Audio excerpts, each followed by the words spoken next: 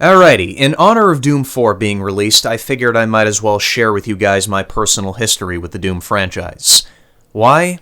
Reasons X, Y, and Z. That and my history with the franchise is a little different than most people. Most people, their history is something along the lines of, oh, I played this game when I was only like 3 weeks old, and it was like the Archangel Tyrael coming down from the heavens and presenting me with this divine crown that gave me demigod-like powers, and I became a master of first-person shooters, or something like that. It typically goes with, it was one of the first games they played, or the first big game they played, and it had this huge impact on them, and it shaped how they live their lives today, or something like that. Yeah, I didn't actually play this game until I was 17. Well, I shouldn't say that, because I technically played it when I was 5. You see, my mom brought me over to a friend's house, and I remember she had a ferret as a pet, and I really liked that ferret, even though he kept running away from me for some reason. I don't know anything about ferrets, so I don't know why.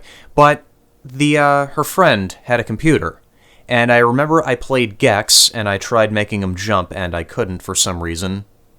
Even my mom and her friend couldn't make him jump. But then we played Doom, and I remember this level, this part of the level in particular, the cage where all the imps are kept. And I remember there being no monsters on the level for some reason.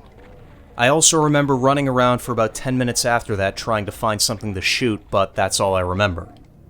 It wasn't until 12 years later, again when I was 17, that Doom was released on the Xbox 360, and I decided, you know what? What the hell, let's go back and see what shooters were like back then. I know it sounds pretty odd coming from a guy like me, especially considering I had 3 uncles who worked in the computer industry growing up. I played Duke Nukem as a kid, but then again, I didn't really play that game until it was released on the 360 either, though I did own Total Meltdown on the PlayStation 1. I was never able to beat it.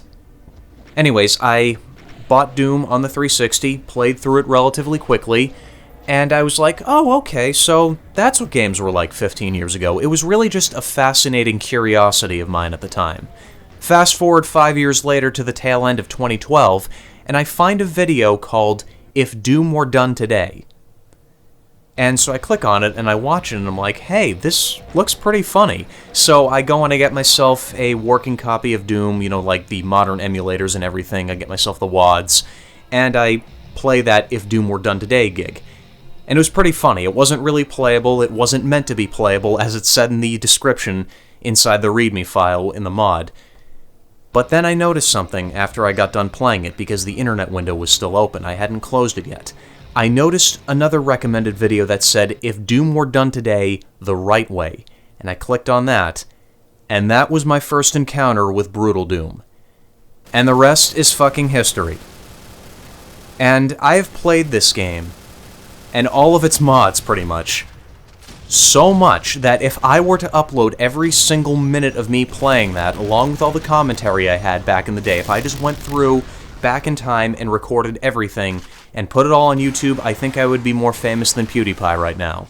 Because, holy balls, I have played the shit out of this game, and Doom 2. The funny thing is, I've never actually played Vanilla Doom 2. I've only played it with mods. Am I gonna play Vanilla Doom 2? No, I'm not. Because, if you ask me, the original Doom games have not aged very well. Maybe it's just because I'm so used to all the mods, but every time I try and play Vanilla Doom, I'm like, okay, not enough guns, not enough blood, not enough gore. And not enough screaming angry metal music or atmospheric music like the PlayStation version had. It's all that irritating MIDI soundtracks. I'm sorry, I just don't like it. Now, as for Doom 3, I know I played it in 2007, the same year I played Doom 1, but I don't remember if I played it before or after I played Doom 1. I don't really know. Regardless, I played Doom 3, I didn't really think much of it at the time. You know, it didn't really stick out, the gunplay wasn't very satisfying. I noticed it focused a lot on horror, and I needed a really fucking powerful computer to run it, which, after a few upgrades of my very first computer, it could run it.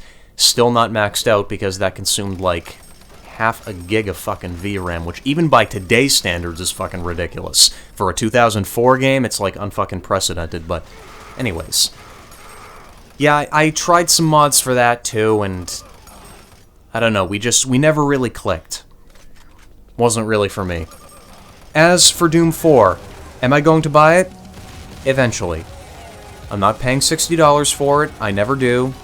Even for a game I really, really want, which this applies here, you guys know that, I don't buy games full price. I encourage all of you not to buy games full price. And secondly, will I review it? Most likely, because it's something I had been looking forward to for a very, very, very, very long time. And that's it. That's my history with the Doom franchise. Happy gaming, folks.